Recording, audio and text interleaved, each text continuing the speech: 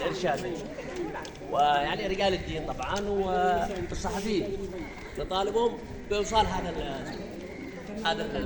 وطلب من الجهات المعنية اللي هي الأمنية يعني والمجتمع المدني، نطالبهم على أساس أنهم يقوموا بدورهم، يعني الجهات الأمنية يعني يفعلوا القرار، يعني تفعيله على الواقع. هنا يكون منع السلاح صحيح. كان دور اللجان المجتمعية ودور يعني الأشخاص العاديين يكون دور قوي.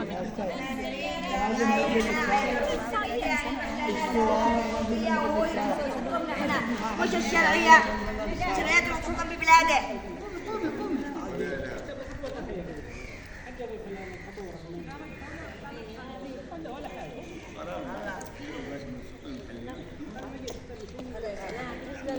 السلام عليكم.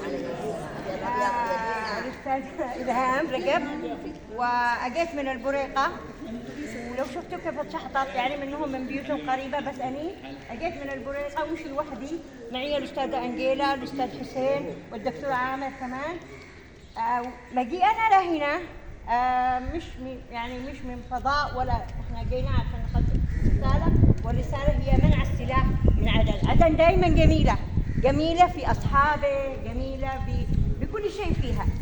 فالسلاح انتشر في كل مكان وفي كل بيت، وكأنه صار وجاهة لحامله. ولكن نحن نتمنى من الجميع أن نقف وقفة واحدة، بحيث أن نحن ضد السلاح وضد حمل السلاح في عدن. هذا واحد. اثنين، بالنسبة للمجتمع المدني والذي قولوا انه اللجان المجتمعية لازم، هذا مش دور اللجان المجتمعية. دور اللجان المجتمعية مدنية، لكن هناك في جهات مثلا حتى الشرطة، لو رحت أنا اشتكي لشخص ما بالشرطة يمكن تقيد الشكوى ضدي.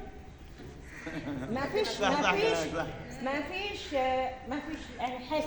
اللي موجودين حتى في الشرط هم مخرجات حرب، ما عندهم وعي للأمور القانونية، فما فيش تأهيل للمراكز الشرطوية. الشرطة اسمها قانون الجيب. لا مش الكل، نحن ما نعمم. عموما لحظة، نحن ما نعمم. نحن نسعى الأغلبية أيوة. نحن ما جيناش الآن نقاضي شرطة. الآن نحن أجينا نتكلم على مجتمع مدني، ولابد أن نحن يكون حتى أسلوبنا في الكلام وطرحنا لأي موضوع يكون فيه رقي وفيه نوع من التحضر. عموما شكرا جزيلا، وشكرا للحضور جميعا. عندي إضافة؟ تفضلي.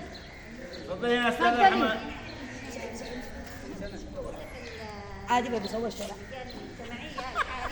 السلام. انت هنا ولا هنا؟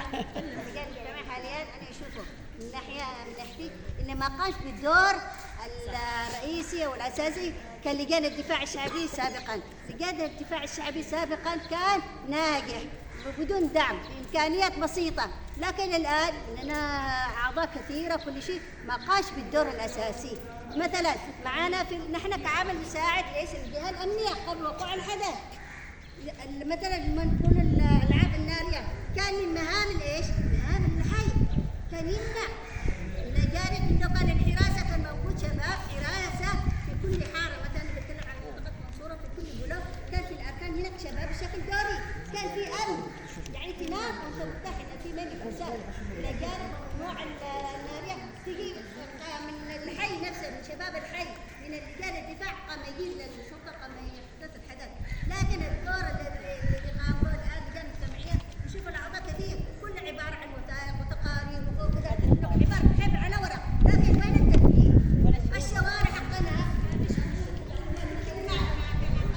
الشوارع زباله، اذا ايش؟ راعي المحافظ، فين اللجان المجتمعيه؟ فين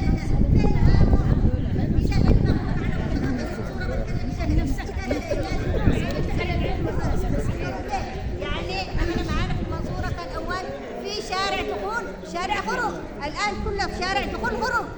نحن متفرقين مراعين ايش؟ مراعين المرور. ايش الدور اللجان المجتمعيه كدور لجان الدفاع عن هذا؟ ايش دور؟ اذا انا اقول الدور في الان حاليا مش كالدور السابق، رغم الامكانيات كان زمان شحيحه بدون دعم واي حاجه. وشكرا، هذا اللي ما حبيت اوضحه لكم.